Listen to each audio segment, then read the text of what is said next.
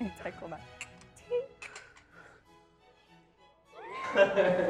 Tea time with Barclay, tea time with Barclay, tea time. Welcome to Tea Time with Barclay. Tea time with Barclay, tea time, yeah. Oh.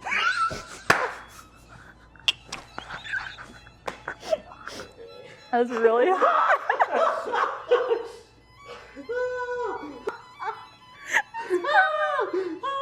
That's perfect. Okay. This is Tea Time with Barclay, and we are here at Mycelium Gallery with Logan Walters. He is our spotlight artist for May. His show is called Baroque Grandiose.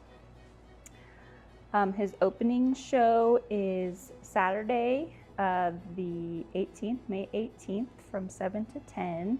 And his show will be until June 9th. Welcome. Thanks. I'm glad to be here. Hey, thank you for setting up your art in our space. It looks really cool on this wall. So your show is called Baroque Grandiose.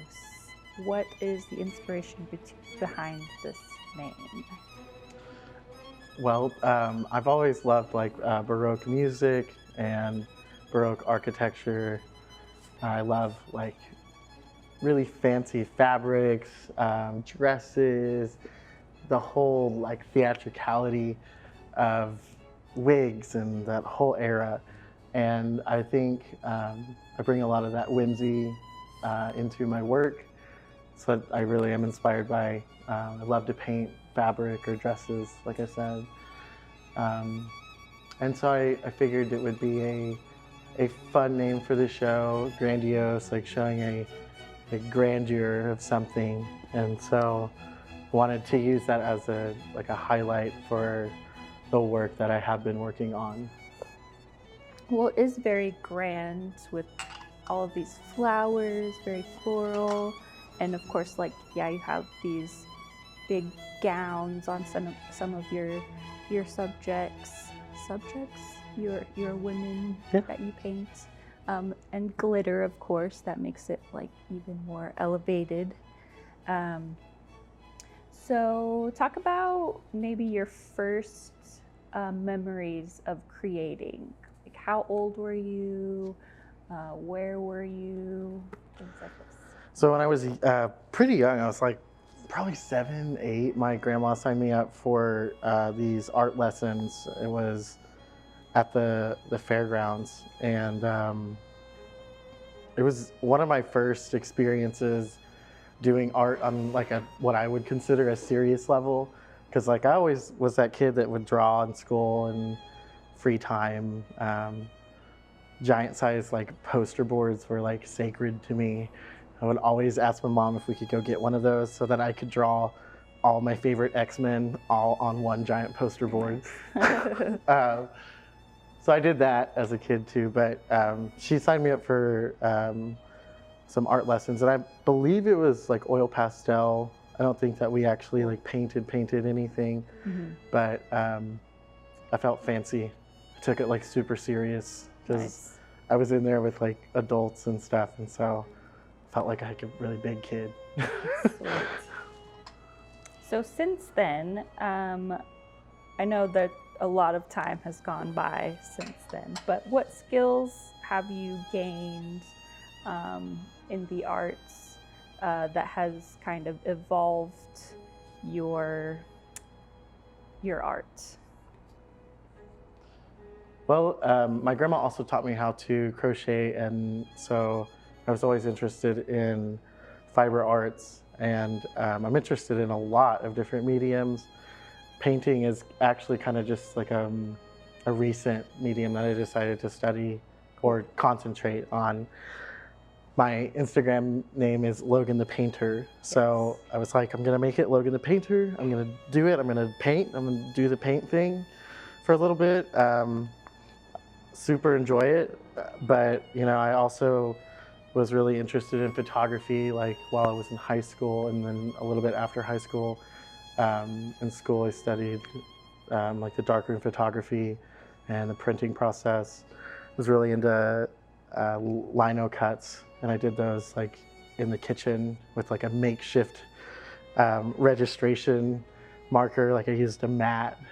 It was just kind of funny. I just like used what I could and did those things. But so skills wise, that works. Was it easy to like, when you started painting, was it easy to take those things that you had learned from photography and fiber arts into the painting, you think? I think that the strongest skill that I learned from one medium and brought it into the painting medium would have to be composition from photography. Yeah. Because composition makes or breaks your entire shot. You know, you could have a great subject matter, but if you don't compose it correctly, you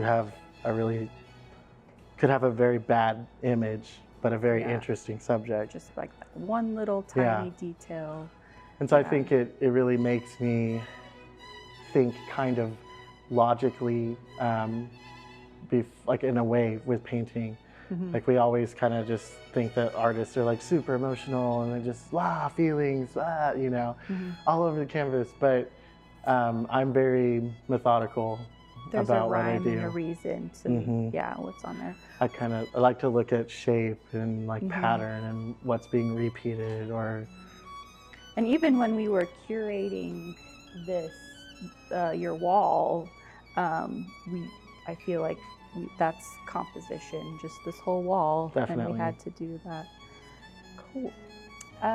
So what kind of paints do you use, or in this collection specifically?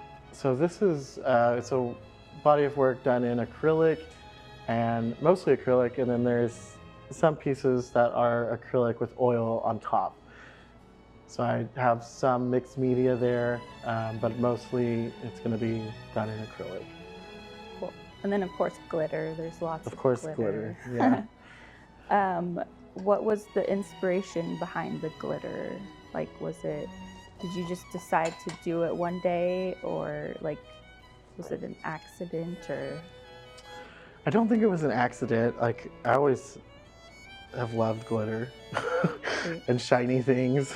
So I think it was just another like very natural way to express what I wanted to with painting. Some of that I think also comes from fiber arts, and there's this stuff called stellina. It's like a very sparkly mylar, and you can spin it into yarn. That's like cool. Or with the yarn and the wool. And so that whole kind of texture that was created there, I think maybe led into the idea of using glitter in painting. Cool. And it does like, it catches your eye more. Right. And I almost like to use the glitter almost as like a way to highlight, like instead of using like white, like the lightest colors, actually using the glitter to let that be like a highlight. Nice. Cool. And you also use glitter in your homemade watercolors as well, that we have here at the gallery. Can you talk about how you make your watercolors? The watercolors are done with like a pigment base. Those right there are kind of cool. That is an old eyeshadow palette that I take all the eyeshadow out, mix it with gum arabic, glycerin solution, and then run it through the, I can't remember what that's called, the molar. You hand mull it, and then I put it back into the same kind of palette. So it's upcycling. Yes. Which is really cool too. Heck yeah. And it's kind of got this neat little format. So. Yeah. Well, I love all these colors, and you have a watercolor palette, and we have like individual colors. And then I use some of these in my stuff too. They're just little swatches, and these are available at Mycelium Gallery if you want to buy some cool handmade watercolors.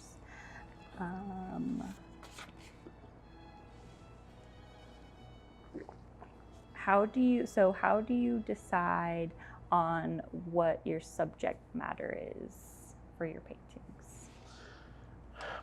So this collection, I was really inspired by my garden, and I started working on a lot of these pieces rather late. Like I procrastinated like any great artist would. So, but I just kind of used what I was obsessed with like for that period of time. And so while I was working over the past month or so, that's like the prime iris bloom season. And so I've not usually wanted to paint a lot of florals, but I wanted to paint them this time because it's something that I actually had a personal investment in.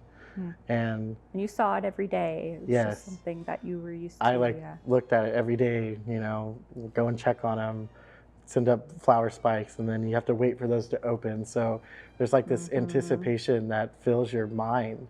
And then when you see the bloom, it's so rewarding. Yeah. And I wanted to bring that into painting, like capturing that moment of awe when that bloom opens up. Cool. I like that. And now you can, like these irises aren't ever going to die. They're going to be here forever, and you get to look at beautiful iris without worrying about it eventually dying. Right. So how do you decide your color palette when you start a painting? I use a lot of fluorescents. I like to use those within other colors. I use a lot of white to mix those fluorescents with to kind of get those pastels. But I like to make sure that I do have at least like a blue, red or a yellow, or cyan, magenta, and yellow, so that I can get enough color mixtures between those. But I also like to mix a lot of my colors. So greens, for example, I don't really use a lot of tube greens. I don't like to use tube greens very much. So I like to usually sketch my paintings in a darker value. So I've been using a lot of Indian Throne blue lately, since it is such a dark color. And I'll use that blue like with the yellow that I pick, and I'll mix my own greens for the foliage and stuff like I did for these. You might have to help me mix green, because that's like one of the colors that I have trouble mixing to get it to the right green. It's always like this muddy green, and I can never make it bright and vibrant. So you might have to help me with that. I got you. Sweet. Awesome. So at our fundraiser that we had here at the gallery, you did a demonstration where you had, is it a loom? It's a spinning wheel. Spinning wheel. Yes. With your fiber arts. Talk about learning that and talk about your fiber arts. So I ran a hand-dyed yarn business for about 4 or 5 years, and some of the yarn shops that I would visit and set up trunk shows with, there was also spinning. So it was another form of these fiber arts. One of the shops, she was a really into spinning, and so she spun what is called art yarn. And it's kind of like thick and thin. It's not like super uniform. Like if you buy yarn at the store, it's it's all the same. You know, it's very uniform. But what's cool about spinning is that you can make it all kinds of different expressions. It doesn't have to be all the same. And so it's just another medium to express. Yeah, cool. I actually have some of. I'm gonna grab it. Oh, do you? So I dyed that. So you personally dyed this, and there's so many colors in this one. I did not spin that, but I did dye that. So. This one's cool. is him. I've always loved fluorescence too, even when I was dying. Yeah, I think it's interesting that you do mix fluorescence neon colors with pastel. I don't really see that color palette a lot, but it's very interesting. It's like a contrast. Thank you. But it does, it works. It works. Sometimes. With the glitter. What just you like see all... works. Awesome. How do you so how do you get past your your artist block? If you have an artist block, how do you get past that? I try to just mix up my mediums. Like even when I was painting a lot of this work, I was crocheting and watching Star Trek. But Sweet. so I would take breaks and I would crochet a little bit, or like, you know, I could have watercolored or done some sketching in a sketchbook or something, but I crocheted instead. Something that like keeps your hand moving and your brain creatively like active, but is a different medium. I feel like is super helpful. It's it's like your hands just needed to get it out, and whatever that is, doesn't matter. Just, yeah. Cool. Well, now we will take a journey to over here, and we will talk about one of Logan's pieces in detail.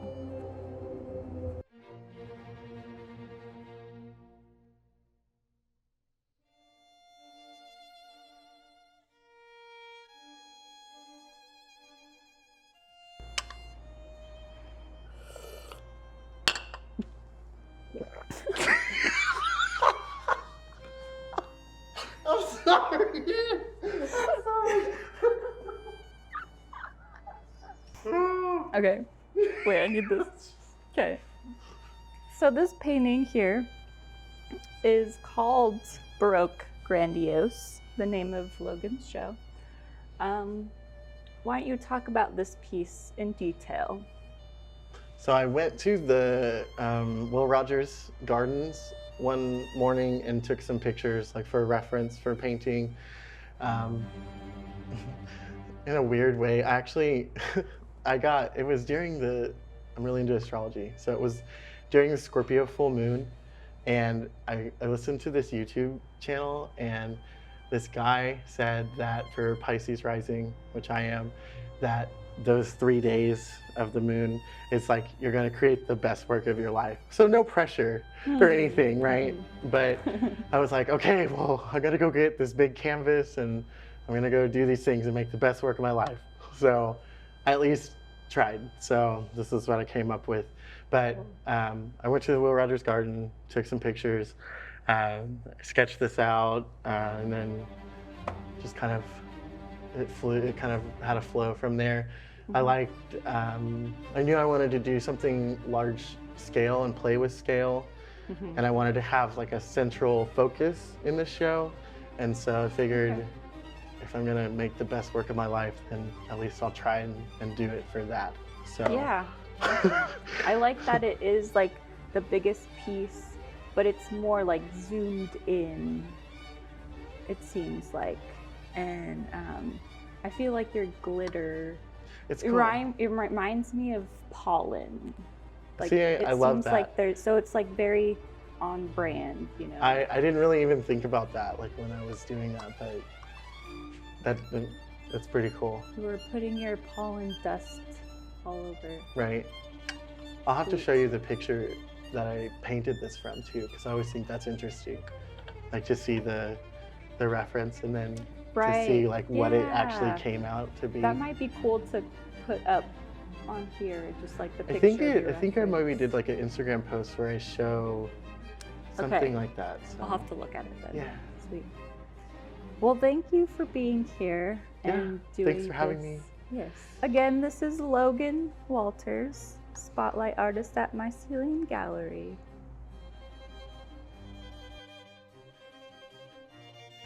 Logan Walters is our Spotlight Artist for May. His show will be on Saturday, May 18th at 7 p.m. to 10 p.m. His show will go until June 9th. Okay. Oh, there's a spider in that. Oh, oh okay. Yeah, it's fine. It's cool. Okay. Oh, it's real.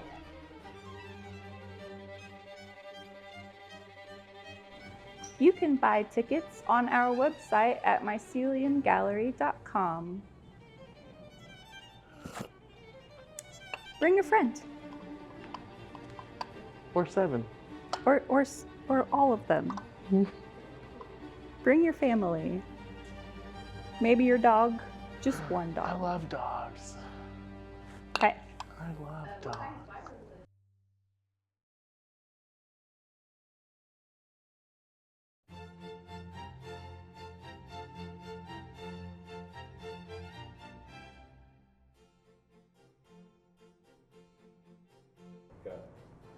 Hey, Mr. Spider.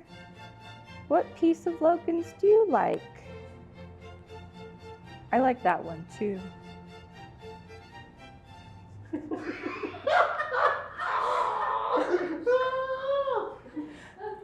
Yeah, it's great. It makes it weird where you the weirder. Yes. I don't think about weird.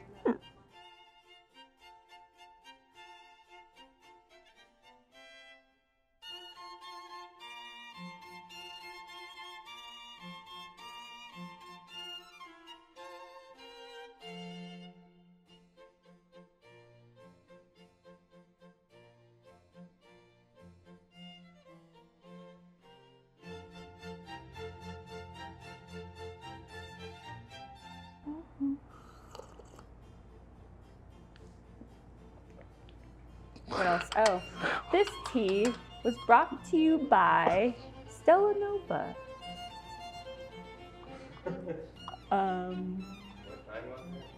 It's Earl Grey. So this tea is Earl Grey tea. Thank you for this tea, Stella Nova, on Western in Oklahoma City. Oklahoma. Oklahoma.